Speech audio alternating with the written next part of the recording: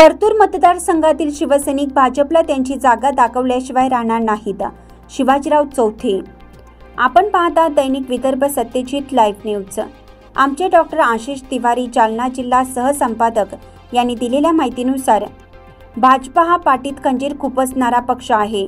भाजपचे अनेक लोक शिवसेनेच्या जीवावर मोठे झाले. आता या निवडणुकीत परतूर मतदारसंघातील शिवसैनिक भाजपला त्यांची जागा दाखवल्याशिवाय राहणार नाहीत असा विश्वास माजी आमदार तथा परभणी लोकसभा समन्वयक शिवाजीराव चौथे यांनी व्यक्त केला. मंठा येथील सरस्वती मंगल कार्यालयात गुरुवारी दिनांक 25 रोजी आयोजित शिवसेना सदस्य नोंदणी आरंभ व बूथ प्रमुख पदाधिकारी बैठकीत श्री चौथे बोलत होते.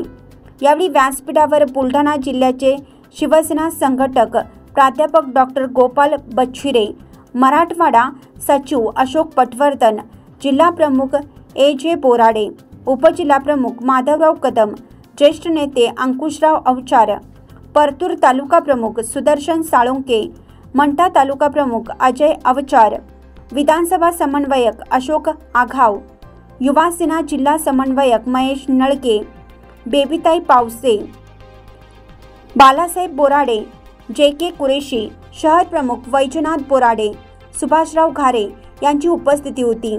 प्रारंभी छत्रपती शिवाजी महाराजांच्या पुतळ्याचं पूजन करून कार्यक्रमाला सुरुवात करण्यात आली.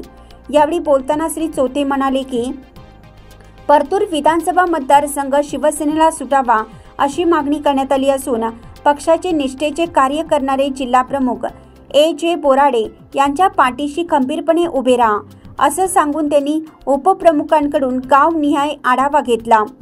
प्राध्यापक डॉक्टर गोपाल बच्छिरे, गद्दारांनी पक्ष चोरला, चिन्ह चोरलं, झेंडे बदलले, नेते बदलले, मात्र निष्ठावंत शिवसैनिक पक्ष प्रमुख उद्धव ठाकरे यांच्या पाठीशी उभी राहिली. त्यावेळी शिवसेना पदाधिकारी, कार्यकर्ते, बूथ प्रमुख यांची उपस्थिती होती. परतूर विधानसभा मतदारसंघातल्या बूथ प्रमुखांची बैठक आहे. मी त्याला तातडीने होकार दिला. माझे दुसरा कार्यक्रम होते, पण या ठिकाणी मेळावा होतो आहे शिवसैनिकांचा आणि मला असं वाटतं की परतूरची जागा शिवसेनेला सुटावं अशा प्रकारची तुमची सगळ्यांची इच्छा दिसते. सगळ्यांची इच्छा दिसते आणि सुटल्यावर, जागा सुटल्यावर ए.जे. पाटलाला उमेदवारी मिळावी असं वाटतं. मी असं वाटतं जर तर म्हणू लागलो तर ऐका ना भाऊ पुढचं.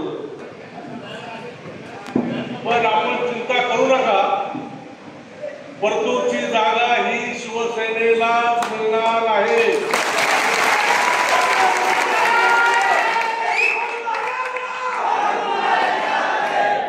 आणि तिकीट सुद्धा शिवसेनेच्या निष्ठावंत कार्यकर्त्याला मिळेल. कारण नाव जाहीर करण्याचा अधिकार या ठिकाणी आम्हाला नाही, तो सचिवाला नाही आणि मलाही नाही. पण ए.जे. पाटील गेले अनेक वर्ष या परतूरमध्ये काम करतायत. मी जिल्हा प्रमुख असल्यापासून अनेक तालुका प्रमुख बघितले. माझ्या कार्यक्रमामध्ये खवणे तालुका प्रमुख होते, तुमच्या नाशिकराव पुढे होते, अशोक तू होता, मामा होते, आमचे गेवराईचे आमचे खरात आपले मंठ्याचे उद्धव खरात, पहिले मंठ्याचे तालुका प्रमुख परतूरचे बालासाहेब बोराडे, बरोबर ना. सगळ्यांची नावं घेऊ शकतो, परंतु सगळ्यांनी चांगलं काम केलेलं आहे तेव्हाही त्यांना नाव ठेवण्यासारखं काही नाही. कारण तो काळ अत्यंत म्हणजे सुरुवात शिवसेनेची झाली होती आणि मराठवाड्यामध्ये, महाराष्ट्रामध्ये शिवसेना ही काय लोकांना माहीत नव्हती. त्यावेळेस आम्ही असेल त्या वाहनाने, असेल त्या 22-25 वर्षापासून ए.जे. पाटील तालुका प्रमुख काम करताय. मी जिल्हा प्रमुख होतो, ए.जे.चं लग्न झालं आणि माझा दौरा लागला एजीची हळदी पिटली नव्हती. मी म्हणलो मी दौऱ्यावर येऊ लागलो आणि माझा दौरा असा तसा नसायचा. एकदा दौरा लावला की सगळ्या विभागाच्या मिटिंग, गावच्या मिटिंग, कार्यकर्त्यांच्या मिटिंगला सगळं सूक्ष्म नियोजन असायचं. ते जे मला म्हणले साहेब माझा आत्ताच लग्न झालं, हळद पिटली नाही. मी म्हणलं मला काही माहिती नाही, कामाला लागावं लागतो. एजीने लग्न झाल्यावर हळद नाही पिटली तरी आपल्या प्रिय अर्धांगिनीचा सहवास बाजूला ठेवून तालुक्यामध्ये माझ्यावर कामाला आले. आणि हे जे निष्ठावान शिवसैनिक आहे, शिवसेनेबद्दल काम करण्याची रुची आहे, प्रामाणिक आहे आणि म्हणून जे पाटलाला यावेळेस न्याय मिळाला पाहिजे अशा प्रकारची मांडणी आम्ही उद्धवजींकडे केलेली आहे आणि अजूनही करू. त्यामुळं हा भाग झाला. पण जिंकायचं कसं,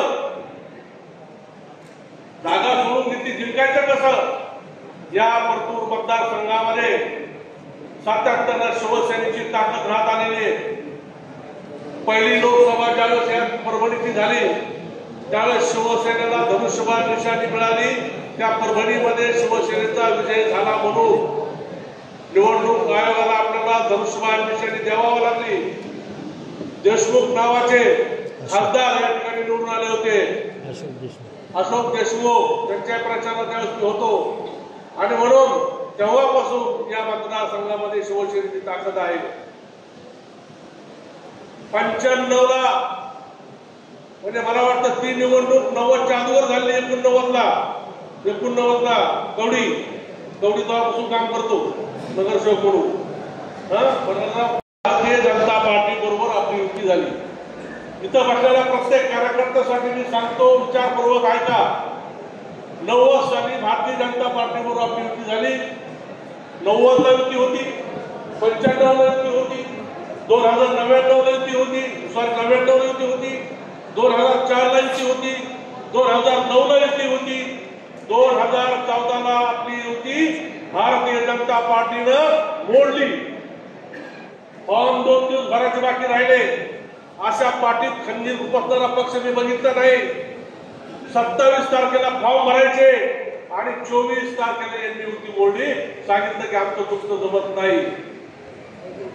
आमच्या बलबुत्यावर, आमच्या ताकदीवर, माझ्या शिवसैनिकांच्या कष्टावर या महाराष्ट्रामध्ये, या जिल्ह्यामध्ये भारतीय जनता पार्टी मोठी झाली. रावसाहेब दानवे, बबन लोणीकर, जे भारतीय जनता पार्टीच्या जिल्ह्यातले नेते असते ते आम्ही समकालीन राजकारणात आलेली माणसं आहोत. काय होतं त्यांचं आम्हाला माहिती. रावसाहेब दानवेने 1990 साली मला तिकीट मागितलं होतं भोकरदनचं. माझ्या दारात तक्रार मागितली होती. त्यांचा हिशोब केला आपण यावेळेस. हिशोब करण्याची वेळ एक असते आणि म्हणून जे कोणी भारतीय जनता पार्टीच्या जीवावर मोठे झाले त्यांना या विधानसभेच्या निवडणुकीत त्यांची जागा दाखवून देण्याची वेळ आलेली आहे. कपट कारस्थान करणारी मंडळी, पक्ष सोडणं फौजदारी मंडळी. अरे ज्या शिवसेनेनं महाराष्ट्रात तुम्हाला मोठं केलं, ज्या शिवसेनेनं महाराष्ट्रात तुम्हाला ग्रामीण भाग दाखवला, एक शबनम गळ्यामध्ये घालून काम करणारी भारतीय जनता पार्टीची कार्यकर्ते, मी परतूरला यायचो ना, मी परतूरला यायचो की हे असायचे आपले कोण डॉक्टर गायकर. त्याच्यानंतर तुमचे 10-5 पाहायला मिळायचे मला. ग्रामीण भागात सगळी आपलीच ताकद होती पर्वतराव काका, बरोबर ना. आणि म्हणून सगळीकडे जिल्ह्यात मला माहिती ना यांचे बॉर्डरमध्ये लोक होते. पण सर्व जर जिल्ह्यामध्ये शिवसेनेची ताकद होती. मी जालना जिल्ह्यापर्यंत बोलतो. आणि मग आपल्या ताकदीचा, आपला या सगळ्या निष्ठेचा फायदा घेऊन ही मंडळी मोठी झाली. त्यांनी महाराष्ट्रामध्ये एवढा मोठा दगा अपेक्षा केला की आपल्या शिवसेनेतले आमदार यांनी कोणते सर्व वाचकांना कळवण्यात अत्यानंद होत आहे की साई दैनिक, साई संध्या, दैनिक विदर्भ सत्यजित हे दोन्ही वर्तमानपत्र ई पेपरच्या माध्यमातून सामाजिक, शैक्षणिक, सांस्कृतिक, साहित्यिक, आध्यात्मिक, राजकीय, शासकीय, प्रशासकीय, खेळ, कला, क्रीडा अशा विविध क्षेत्रातील घडामोडींसोबत सर्वसामान्य, कष्टकरी, शेतकरी, व्यावसायिक, नोकरदार अशा विविध जनमानसांच्या समस्यांच्या बातम्या प्रकाशित करून शासनापर्यंत पोहोचवण्याचं अविरत काम सातत्याने करत आहे। आपल्या या प्रसार माध्यमांना महाराष्ट्र राज्याच्या कानाकोपऱ्यातून उत्तमरित्या चांगला प्रतिसाद मिळत आहे। कविता, लेख, धार्मिक साहित्य यांच्या माध्यमातून देखील धार्मिक संस्कृतीचं जतन केलं जात आहे। वाचकांकडून चांगला प्रतिसाद मिळत असून याचबरोबर दैनिक Vidarbha Satyajit YouTube news channel व दैनिक विदर्भ सत्यजित न्यूज पोर्टल हे प्रसार माध्यम सुद्धा सुरू आहे। हे सर्व समस्त वाचक, जाहिरातदार बंधू भगिनी आणि आमचे प्रतिनिधी व संपादक मंडळाच्या सहकार्यामुळे शक्य होत आहे। वाचकांकडून मिळत असलेल्या उत्तमरित्या प्रतिसादाबद्दल संपादक मंडळ आपले आभारी आहे। बातम्या व जाहिरातीसाठी संपर्क संपादक उद्धव फंगाळ, मोबाईल नंबर 95 11 44 61 11।